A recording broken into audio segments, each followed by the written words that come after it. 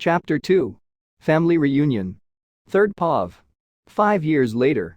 Rumors of powers as high as Xeraph's or even beyond circulated around the magical world, the power of these new beings, feared and respected at the same time. The most obvious feature of their power was the aura of the couple. A demonic aura emanated from the woman, and the aura of a dragon emanated from the man who was first thought to be a woman. When Makarov heard this, he did not know what to think. When the annual guild masters meeting came up, some guild masters accused Makarov of possessing a secret weapon. Makarov, however, denied these allegations. They had told him that the pair had cleared out many of the dark guilds and that the symbol of fairy tale was depicted on the back of their left hands. These allegations were supported by photographic evidence. Makarov was stunned, but the council didn't mind as long as the pair took out the dark guilds. If they ever posed a problem for the magical world, they would use all their powers to bring them down, and Makarov knew that wouldn't end well for the council. The man's strength was immeasurable. Makarov chuckled bitterly, they were already a problem for the magical world. The name Dragondamon pair was already doing the rounds. From the mere description, they were said to help people, but at the same time did not care how much damage they did along the way, although according to some onlookers, the damage was mainly caused by the opponents.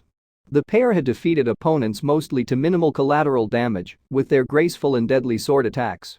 They were far superior to the ordinary S-class mages. They played in a league of their own. Gilderts knew exactly who it was, as did Makarov and the couple's daughter. They were all three waiting patiently for their return. The Dragondamon pair, as they were christened in various newsletters and magazines, had their faces covered most of the time with a black hooded cloak, where blue or silver hair could be seen from time to time. Or the man's katana and now and then the sign of fairy tale. The next generation of fairy tale didn't know what to make of the pair. A certain pink-haired dragon slayer knew he wanted to fight the pair, not for the amount of fame it would bring him, but to prove to a certain flying lizard that he had become stronger. The Strauss siblings knew it was the Dragondamon pair who had saved and calmed the family brother when he lost control in his takeover form. Marahin would forever be grateful to the pair who saved her younger brother's life. She described the couple's eyes, which she could see briefly from beside them, as open-minded and kind. They had disappeared directly without even speaking to her. When she confronted her master about it, he laughed about it and said that she would see them again one day, and then she could talk to them. She looked forward to that day. Urza Scarlet. She was proud of her parents for being so well known in the world, and in every battle she clutched her father's sword, which she wielded with pride and elegance. A year earlier she had become an S-class magician. During the exam, she felt the aura of her parents watching her the whole time. When she passed the exam, time was stopped briefly, and they both kissed Urza on the forehead. Urza felt the imprint of their lips and was incredibly happy about this gesture. Her body and abilities had grown, and as one man had said so many years ago, she was becoming a beautiful young woman who was also feared for her skills and strength. She was a master swordswoman, but still did not come close to her father's skills. She was now 16 years old and surpassed many her age in strength and skill. A small smile played around the lips of a couple reading a newsletter in a cafe in Magnolia Town as they read the interview Urza had done for a local magazine. Came a man who sat down opposite them. Rimuru Pav. You seem to be enjoying yourselves, chuckled the man who sat down in front of us. You haven't changed a bit, said the man called Gilderts to us. And you have only grown grayer, countered Lumi. Oya. I'm not that old, complained Gilderts. They say you fought a dragon. Threw Gilderts into the room. Yes we did, I replied dryly. What possessed you to fight one? Cried Gilderts, raising his arms in the air. Nothing, he just chose to attack us, I replied. He chose to attack you? Asked a skeptical Gilderts. Acnologia attacked us, I said. The black dragon? Continued Gilderts. I didn't answer as the order came to us from me and Lumi, 2 glasses of the best wine in the house, the waitress blushing as she walked away. Gilderts put on a wicked grin. A ladies' man, eh? You know I could give you a few tips, said Gilderts. You know I'm married? I asked Gilderts incredulously. His face paled when he saw Lumi's face. After taking a sip of the wine, I looked at Gilderts urgently. What do you know about Kana Alberona? My voice rang out. Eh, the little girl? She's cute, squeaked Gilderts, causing me to roll my eyes. An image of a girl with long, brown, wavy hair came to my mind. She's your daughter, Lumi announced dryly. What? Stuttered Gilderts as he spat the water at me. My gaze met his eyes as Gildert swallowed nervously again and fetched a towel. I took it and wiped my face and cloak as Gildert's head bowed, muttered an apology as soon as he met my eyes again. I threw the towel in his face, and by thaugaxylation it should hurt a little. That hurts, Gildert shouted. Don't cry. Groused Lumi. Back to the subject. Regarding Kana Alberona, as Lumi said, she is your daughter, I said. You can't be serious. If I am? Who is the mother? Asked Gilderts. A woman called Cornelia, I replied. Gilderts paused as he finally realized that Cornelia was the only woman he had loved. The news was shocking to him. Kana knows this. I suggest you wait until she comes and tells you herself. There is a reason why she has not informed you until now, Lumi said. I understand though. You're leaving? I asked Gilderts. Yes, 100 years quest, said Gilderts. Make it 3 years, I gave Gildert advice, and he just chuckled. Yes, I will, and I trust you will take good care of them. Understood, considerate payment for taking care of Urza, I explained. Gilderts smiled. Thank you Rimuru, Luminous. I and Lumi covered our faces with a hood. She has become strong and surpasses almost everyone in her generation. She has become an S-class mage, you know that? Smiled Gilderts. We have been watching the test, of course, I explained to him. You should be proud of her. She is the strongest woman in Fairy Tail, Gilderts explained. Believe me, we are. You be aware, this world is changing, and I don't know if it's for the worse or the better, I said to him. Then me and Lumi walked out of the restaurant. By the way, you pay for the wine, I called out to Gilderts. He looked at the bill and turned pale. Fairy Tail. You bastard. Shouted a voice. Fuck you, pink-haired bastard. Roared another voice, Marahan chuckling at the ongoing battle between Natsu and his longtime rival Grey. Where's Ezra when you need her? Complained Jed as he watched the fight escalate and furniture break. We slowly entered the building, dodged the flying furniture and made it to the bar table. Marahan was busy wiping a glass when she saw the figures in front of her. The glass fell out of her hand but didn't break because I caught it and handed it back to her. She smiled as she accepted it. It's been a while, Marahan-san, I hope your younger brother is well? I asked in a calm voice as I took off my hood. Which Lumi did to me in the same way. It's you, I never knew how to thank you, and please call me Mira, the suffixes are unnecessary. Said a 16-year-old Marahan. You're welcome Mira, I said calmly. Is Marakarov-sama present? Asked Lumi. Master? Why? Yes, he is. Before she could finish speaking, a small man jumped down to the bar table while laughing merrily. Rimuru and Luminous. Gilderts informed me that you are on your way here, laughed the old man as we looked at him in amusement.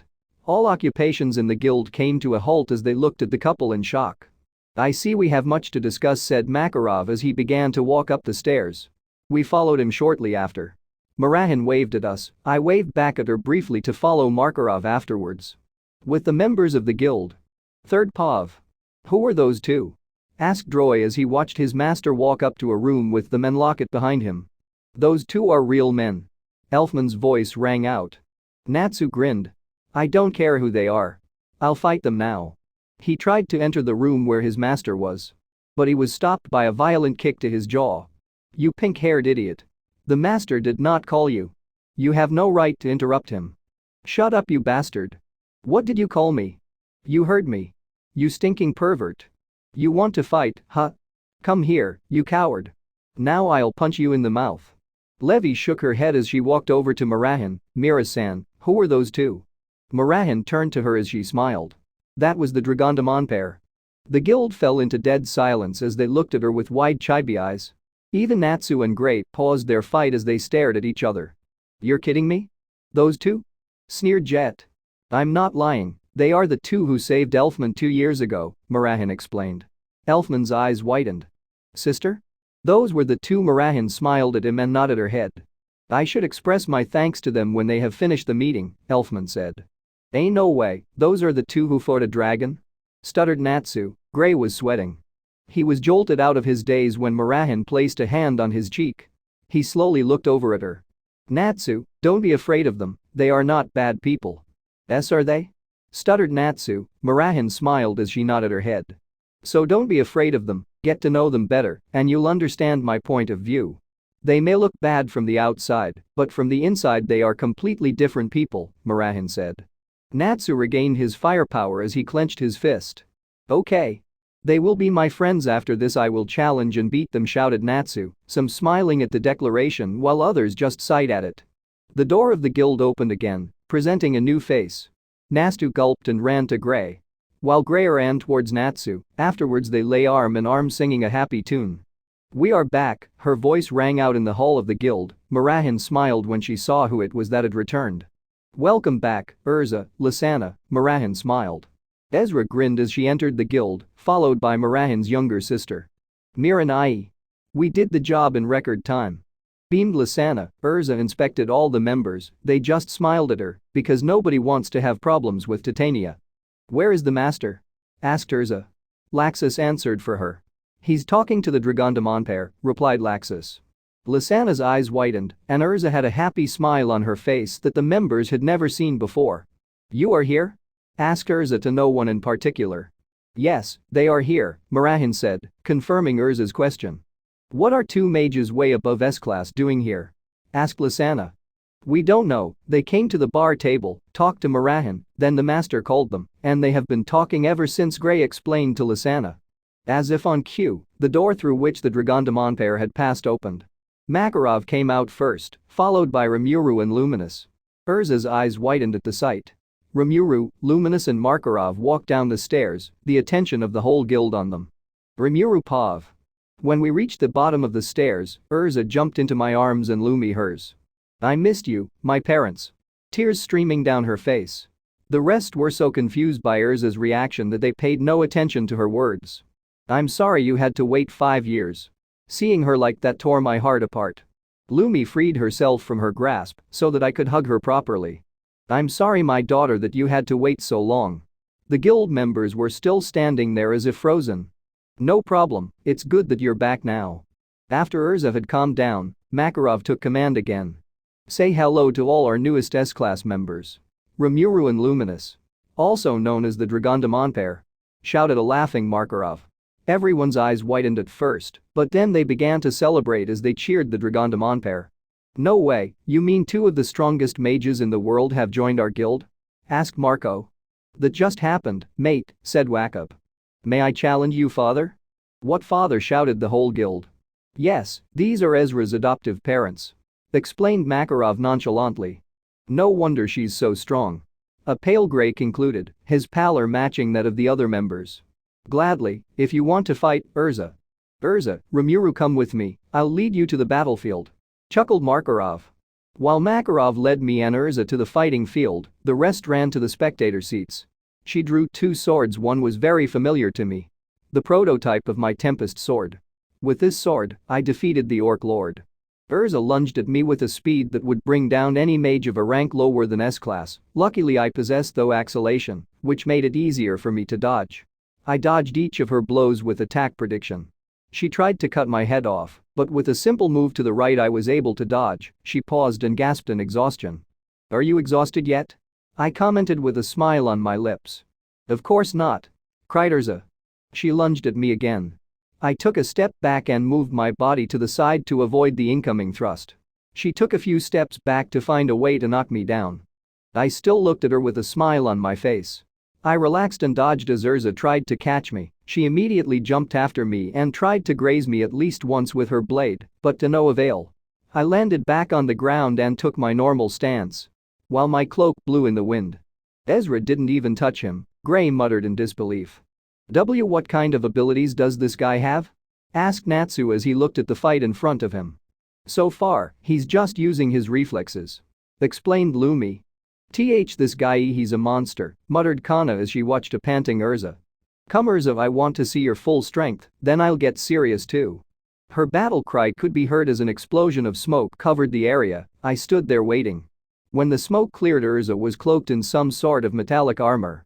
She is now using the Heaven's Wheel armor. Makarov panicked. "The council will want my head," he sulked. "Interesting, you managed to summon armor. Then it's time I got serious too." I summoned my Tempe's sword. A sword in its scabbard appeared in my hand. As I pulled out the blade, the eyes of the guild members widened. The aura of the sword shook the onlookers.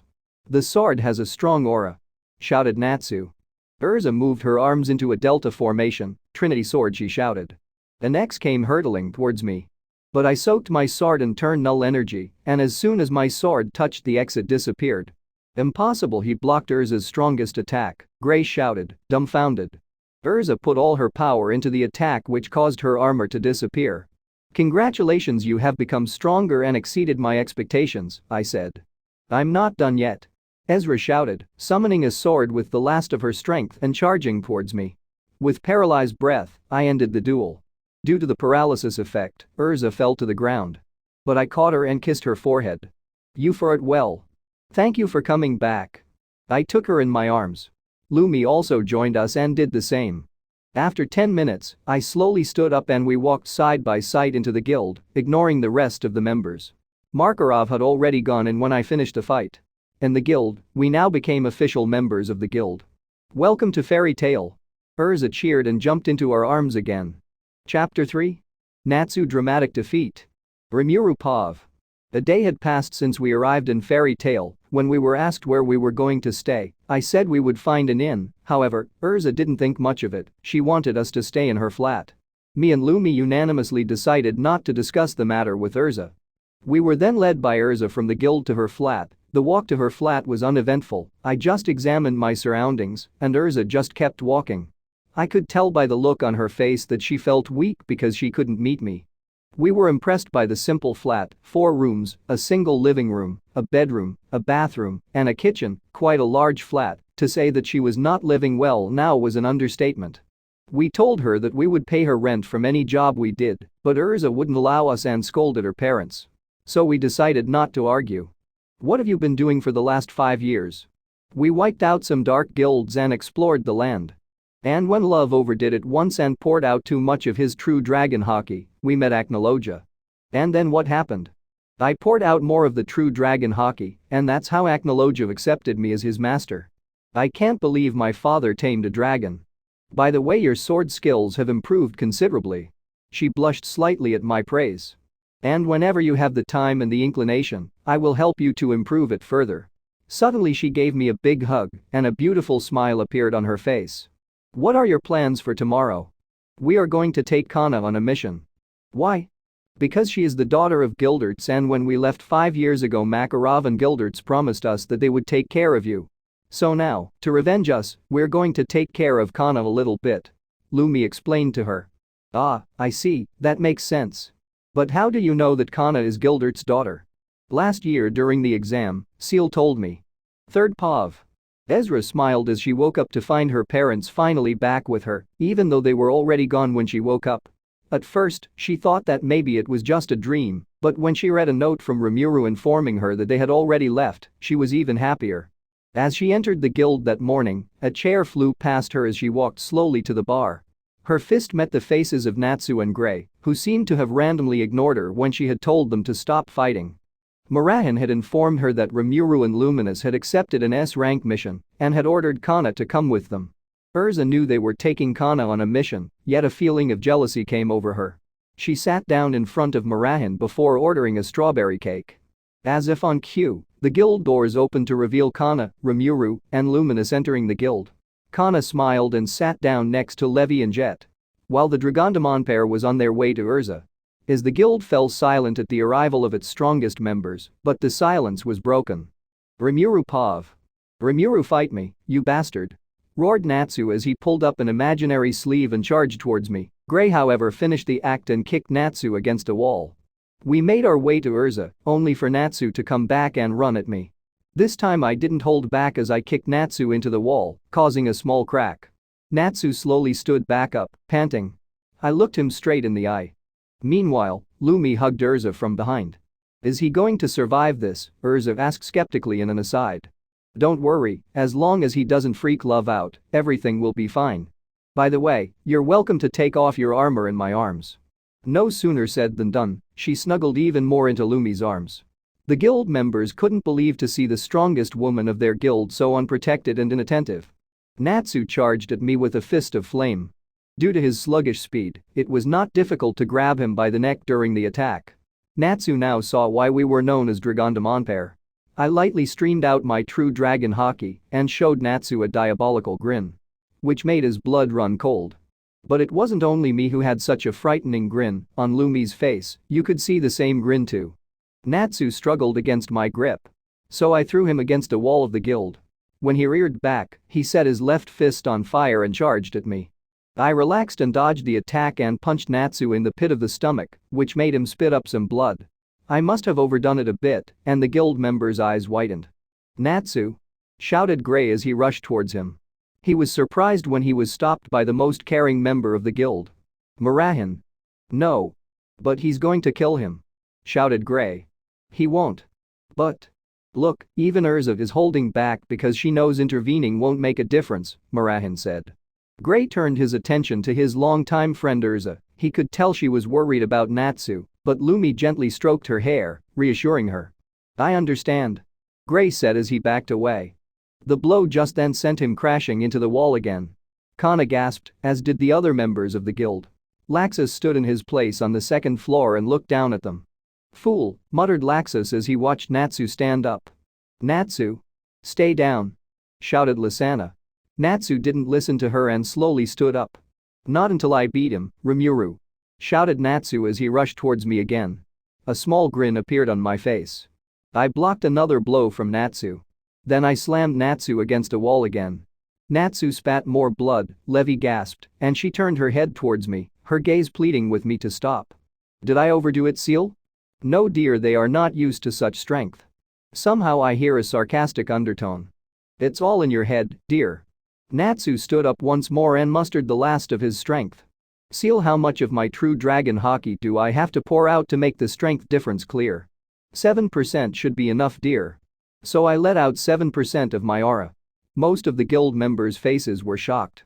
Only now did they realize who Natsu had been messing with. "Phew. Lumi just laughed at the reaction. "Now I saw the true strength of him live for the first time," Ezra remarked in amazement. Phew, yes, he is really powerful." Natsu suffered a crushing defeat that would leave its mark on Natsu. I threw one of my medicines at Natsu, causing all his wounds to disappear. The guild members couldn't believe what had just happened. But they were happy that the person in front of them seemed to have a heart too. Especially Gray and Lisanna were very happy about it. "Are you okay, Natsu?" Lisanna called out. Yeah." He couldn't believe that all his wounds were gone. "If you want, I would train you, Natsu," I suggested to the Dragon Slayer. "You would do that?" He couldn't quite grasp my offer. "Of course, and you too, Gray." I smiled at him. "Okay, we'll be your students," they shouted brightly. "Hey, and what about me?" Ezra complained. "Don't worry, I can train you at the same time." They didn't understand what I meant by that, but soon they will. I sat down with Urza and Lumi. My daughter immediately leaned against my chest and enjoyed a strawberry cake. "Urza, if you want, we can then train together with Gray and Natsu at Lake Ciliora," I said. She nodded happily and snuggled up to me even more. Since it was going to be a while before we left anyway, I leaned on Lumi's shoulder and fell asleep, and Lumi did the same. Although I was asleep, I heard what was being said around me, and through magic perception, I realized that Urza was making a face along the lines of, "That's the cutest thing I've ever seen." Third POV. Gray and Levi made their way to Kana to bombard her with questions. "You are extremely kind and have always told me how to improve my skills," Kana informed them, surprise etched on the faces of the guild members. The whole guild had gathered around them waiting to hear their story. The only ones who didn't want to hear it or were too busy were Urza and Murahin, who looked at the sleeping couple. Natsu was the first to want to hear her story. "Tell us, what was it like working with the infamous Dragondamon pair?" asked Macau. From that moment on, Kana went into the infamous fangirl mode. Lok looked at Rimuru in awe. He now knew he had to ask Rimuru about his secret way to the ladies. He made a mental note as he maintained a calm composure and spoke some melodramatic words. "Rimuru is a master of romance," shouted Lok, then turned to Urza. "Urza. Rimuru is no longer your father. He is mine now." Urza's face darkened and her eyes glowed with anger. "See you in hell." She threw him out of the guild, sending him flying through the wall and landing outside. Everyone winced at the impact. "He's still yours," stuttered Lok. Ezra went back to finishing her cake as Kana started talking more about the couple in fangirl mode. "They're strong and caring," Kana explained. Wakab spat out his drink as he looked at her, as did Macau. To say the guild wasn't shocked was an understatement. Gray scoffed. "Those two caring?" You've got to be kidding, look what he did to Natsu, and besides they ignored their daughter for 5 years. I'm not lying, Gray, they are, you should have seen them, they finished everyone off when they entered the camp. They only left me with 2 bandits. Rimuru described to me exactly how to use my shuriken card. I tried to hit one bandit, but he escaped. Rimuru then tied him to the tree with a steel thread. After that, I was to use him as a target. Flashbacks. But what if I kill him? Asked a worried Kana. Don't worry if he dies, we'll leave the matter to Lumi. That means she can revive people. Shouted Kana. But keep it to yourself, it's not normal to revive people. Kana nodded her head as she then threw one of her shuriken cards. It hit the unconscious man in the stomach, and the card drilled into him. He gasped for air, but Rimuru threw a liquid ball at him, causing the injury to disappear. Rimuru took one of her shuriken cards. He took the card in 2 fingers and demonstrated the throwing motion to her. He then took 2 of them and showed her how one hit the man's heart and the other his head. After Luminous revived the man, it was Kana's turn. She hit the card on the unconscious man's chest. After 2 hours of practice, Kana managed to hit the man's 2 dangerous points. During the practice phase, Rimuru and Luminous slept peacefully together. Good work, come let's go. Said the slime. Kana was proud to have received praise from him. But before they left, Luminous dealt a death blow to the bandit. Scene change. Oh, thank you so much for taking care of the bandit problem, the principal said as he handed the money to Rimuru. Were they a problem? The man asked. Rimuru looked at him and then pointed to Kana who was standing next to him. No, they were not, but they should thank Kana. Because she took care of most of the bandits. He praised her. Thank you for taking care of the bandit problem, Kana. Come Kana, or do you want to stay here? Said an affectionate Rimuru. Kana looked at the hand-holding couple in front of her for a few more minutes. Before she followed them. Send flashbacks. So they let you take credit for the quest, and Rimuru trained you too? Asked a shocked Wakub. Yup, Kana smiled. They're not so bad, they finished a mission in just half an hour, and Rimuru spent 2 hours training me, and then it took us an hour each to travel there and back. Unbelievable, Gray muttered. Lisana giggled. They all laughed at her previous concern. Urza and Marahan had overheard. As Urza finished her cake, a pang of jealousy began to swirl around her. You're already quite popular in the guild, aren't you? Asked a smiling Marahan. I guess that would be the case, replied Urza. You're not jealous, are you? Chided Marahan. Oh, of course I'm not. Why should I be jealous? What my parents do is their business, not mine. Shouted Urza. If you say so, Urza, said Marahan, rolling her eyes. They say Rimuru has the aura of a dragon. Do you think there is a connection with Ignil Natsu? Levi asked the dragon slayer. I'll just ask him. Said Natsu and then turned to Rimuru. Yo Rimuru, do you know? Ezra looked at Natsu with a mind that could kill. Hey, Natsu, if he trains both of us we should fight him 2-on-2 next time, Gray suggested. Haha, together we will defeat him. Shouted Natsu. Rimuru Pav. I decided to wake up now that Kana had told her story. After opening my eyes and rubbing them lightly, I looked at Natsu. Whose face had just turned quite pale. You know what this means, Natsu? Ezra asked like a true person. While Urza was using Natsu as a plaything, I decided to wake Lumi up. So I rammed my vampire fangs into her neck, waking her up. You could have woken me up more lovingly, love. Maybe next time. Mira's face was red as a tomato. When I looked at her, she immediately looked in another direction. Are you ready, Urza? I asked her with a smile. Yes, sorry he woke you up. I stroked her head and said. No problem, come on, we were going to train. She looked at me happily and was ready to follow me and Lumi to the lake. Hey Gray, take Natsu with you, I'll train you guys too. Without further ado, he picked up Natsu and followed us. On the way to the lake, Natsu woke up and beamed when he heard that we were going to the training ground. Half an hour later. We arrived at the lake. Lumi leaned against a tree and left the training to me. And how are you going to train us at the same time? Gray asked me. Simple, I'll get a little help. I put my hand on the ground and said summon. Scorch Dragon Velgrand, summon. Ice Dragon Velzard. A red magic circle appeared in front of Natsu, and a white magic circle appeared in front of Gray. After a few seconds, my 2 sisters and wives Velzard and Velgrand appeared. They jumped straight into my arms and shouted, good to see you again, Nai-san. Nai-san, shouted Gray and Natsu. Do you know those 2, Ezra? Asked Gray because she was not confused by the appearance of the 2 dragon sisters. Yes, Tusan told me about them. Tucson, cried my two sisters in confusion. Calm down, this is mine and Lumi's adopted daughter Urza Scarlet. Urza, Gray and Natsu, these are my two sisters Velgrind and Velzard. They greeted each other briefly and then I whispered in their ears. You don't tell them that you are also my wives, because that would be extremely strange in this world. They nodded silently and then started to train Gray and Natsu. While I trained my daughter. After 2 hours we took a break. Velgrind and Velzard had fun with Gray and Natsu. Tell me Rimuru, do you know a dragon called Igneal? Natsu asked me. No, how do you know? Because you have the aura of a dragon, that's why. Why do you have the aura of a dragon anyway? Gray asked me. I then showed the footage of my world which answered their questions.